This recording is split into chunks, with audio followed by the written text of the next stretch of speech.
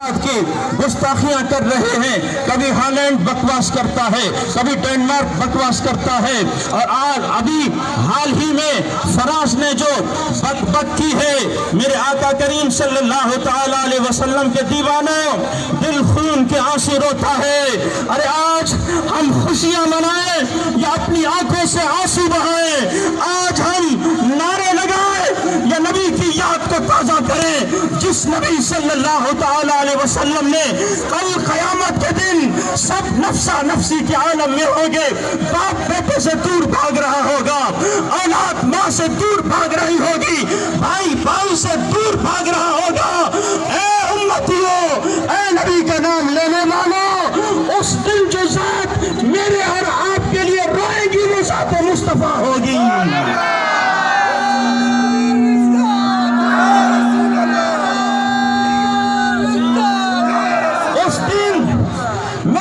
کریم کے آنسو بہیں گے, میرے اور آپ کے لیے بہیں گے, امت مصطفیٰ کے لیے بہیں گے. قیامت کے دن میرے آقا کریم صلی اللہ تعالی علیہ وسلم اپنا سر انور ننگا کر کے سر سجدے میں رکھ کر رب کائنات کی بارگاہ میں یہی دعا مانگیں گے, پروردگار میری امت کی مغفرت فرما, پروردگار میری امت کی مغفرت فرما. آج کا یہ ٹھاٹھے مارتا ہوا سمندر, میں آپ کی محبتوں کو سلام پیش کرتا ہوں, لیکن ایک دکھ ضرور آپ سے شیئر کروں گا, ایک درد ضرور آپ سے شیئر کروں گا. نبی کا میلاد منانے والوں, نبی کے نام پر لنگر کھانے والوں, ہزاروں کی تعداد تو یہاں جمع ہو جاتی ہے, لیکن ہماری یہ تعداد کب کہاں چلی جاتی ہے جب نبی کی عزت پہ حملہ ہوتا ہے, نبی کی ناموس پہ حملہ ہوتا ہے. اے فراز کے دہشت گردو, اے فراز کے خلدو, ہم تمہیں بتانا چاہتے ہیں کہ غلامان محمد جان دینے سے نہیں ڈرتے, یہ سر کٹ جائے یا رہ جائے کچھ پرواہ نہیں کرتے. لیکن میرے ساتھیوں, ضرورت اس وقت کی ہے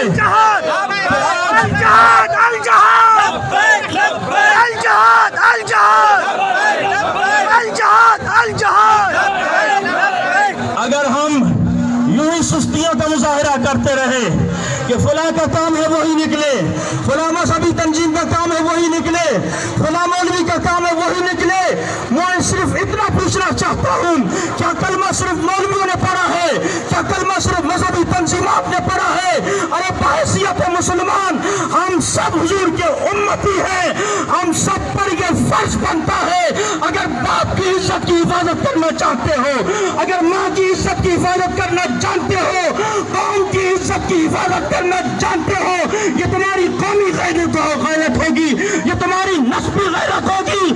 ارے دینی غیرت یہ بتاتی ہے جب بھی نبی پاک کی عزت کا مسئلہ ہو, اپنے چھوٹے معصوم بچوں کو بھی, بھائیوں کو بھی لے کر میدان میں آ جاؤ کہ ہم کٹ تو سکتے ہیں, نبی کی عزت پر آنچ آنے نہیں دیں گے. اور یہ درس ہمیں صحابہ کرام نے دیا ہے. یہ کوئی جذباتی باتیں نہیں ہیں, یہ کوئی جذباتی باتیں نہیں ہیں. لوگ کہتے ہیں کہ یہاں آ کے ہر کوئی اپنے جذبات دکھا جاتا ہے. ارے ہمیں دکھ ہوتا ہے آج کسی ملک کے صدر کے خلاف کوئی بات کر کے دکھائے, کسی پارٹی لیڈر کے خلاف کوئی بات کر کے دکھائے, کسی میں ہمت نہیں ہے. ارے اگر تمہیں ملی ہے تو ذات مصطفیٰ ملی ہے, ہم ایسا نہیں ہونے دیں گے. اے فراز کے کتوں سنو, ہمارا یہ اعلان ہے کہ مرتے دم تک نبی پاک کی عزت پر ہم آنچ آنے نہیں دیں گے, اس کو پہرا دیتے رہیں گے. حضرت گستاخ رسول کی ایک ہی سزا, گستاخ رسول کی ایک ہی سزا. حضرت طلحہ رضی اللہ تعالیٰ عنہ ہاتھ شل ہو گیا. پوچھا گیا, طلحہ کیا وجہ ہے؟ کہا یہ جنگ احد کا ٹائم تھا جب رسول اکرم صلی اللہ تعالی علیہ وسلم پر کافر حملہ آور ہونے لگے, تو پھر حضرت طلحہ سامنے آ کے کھڑے ہو جاتے ہیں, آپ کے ہاتھ سے ڈھال گر جاتی ہے. ڈھال جب گرتی ہے اب طلحہ کے لیے امتحان ہے, اگر ڈھال اٹھانے کے لیے جھکتا ہے تیر میرے مصطفیٰ کو لگتا ہے, اگر ڈھال اٹھانے کے لیے جھکتا ہے حملہ ذات مصطفیٰ پہ ہوتا ہے. ارے ہاتھ تو ہاتھ ہوتا ہے، جسم تو جسم ہوتا ہے، جسم کٹتا رہا، ہاتھ کٹتا رہا، تیر پہ تیر چلتے رہے، لیکن طلحہ تیری عقیدت کو سلام، تیری محبت کو سلام۔ صحابہ کو بک بک کرنا آسان ہے، صحابہ کے خلاف بھڑکنا آسان ہے، لیکن یاد رکھو ان کی عظیم قربانیاں ہیں۔ حضرت طلحہ نے ہاتھ آگے کیا، تیر پہ تیر چلتے رہے، جب زخم کاری لگ گئے حضرت طلحہ بے ہوش ہو کے گر پڑتے ہیں۔ میرے آقا فرماتے ہیں صدیق سنبھالو طلحہ کو، اس کے چہرے پر چیٹے مارو، بے ہوشی کا عالم ہے۔ جناب صدیق اکبر رضی اللہ تعالیٰ عنہ آگے بڑھتے ہیں، حضرت طلحہ رضی اللہ تعالیٰ عنہ کے چہرے پر پانی کے جب چھینٹے مارتے ہیں، طلحہ نے آنکھ کھولی تو پھر پہلے الفاظ کیا تھے؟ مجھے کتنے زخم لگے؟ نہیں میں مر رہا ہوں، نہیں بلکہ یہ کہا مجھے بتاؤ رسول اللہ کیسے ہیں، مجھے بتاؤ رسول اللہ۔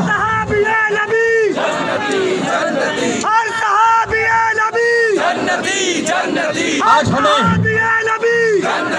رشتہ داریاں نظر آتی ہیں، قرابت داریاں نظر آتی ہیں۔ ابو عبیدہ بن جراح رضی اللہ تعالیٰ عنہ حضور صلی اللہ تعالیٰ علیہ وسلم کی بارگاہ میں حاضر ہوتے ہیں، ہاتھ میں سر لیے ہوئے ہیں، میرے آقا کے قدموں میں لا کے پھینک دیتے ہیں۔ میرے آقا فرماتے ہیں اے ابو عبیدہ یہ کیا ہے؟ عرض کی یا رسول اللہ یہ میرے باپ کا سر ہے، تیری شان میں بھڑک رہا تھا، سر کاٹ کے رکھ دیا ہے۔ گستاخ رسول کی ایک سزا، گستاخ رسول کی ایک سزا، بلند آواز سے گستاخ رسول کی ایک سزا۔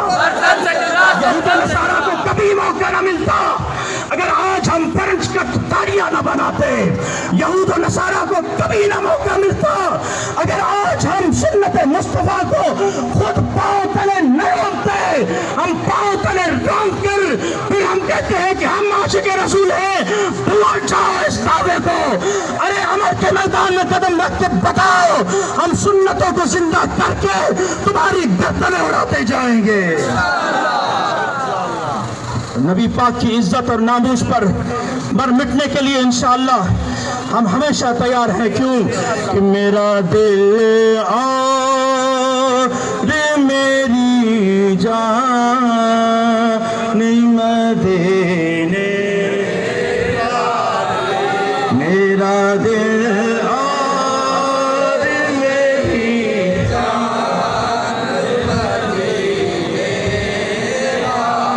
تجھ پہ سو جان سے قربان مدینے والے، تجھ پہ سو قربان مدینے، تیرا در چھوڑ کے جاؤں تو کہاں جاؤں میں، تیرا در چھوڑ کے جاؤں تو کہاں جاؤں میں، تجھ پہ سو جان سے قربان مدینے۔ آخر میں یہی گزارش کروں گا کہ آج کے ضم غفیر میں آپ یہ وعدہ کریں کہ ہم فراز کی ہر مصنوعات کا بائیکاٹ کریں گے، کریں گے بائیکاٹ۔ ہم اس کے اس کبھی فعل کی کہ اس نے ہمارے نبی پاک صلی اللہ تعالیٰ علیہ وسلم کی شان میں گستاخی کی ہے اور خاکے سرکاری نگرانی میں شائع کیے ہیں، سرکاری عمارتوں پر لگائے ہیں۔ لعنت ہو تمہارے اس فعل پر، لعنت ہو تمہارے اس فعل پر۔ اور ہم آج سے برات کا اعلان کرتے ہیں کہ ہمیں تمہاری کوئی ضرورت نہیں، نہ تمہاری مصنوعات کی کوئی ضرورت ہے۔ اللہ تبارک و تعالیٰ آپ کے جذبات کو سلامت رکھے۔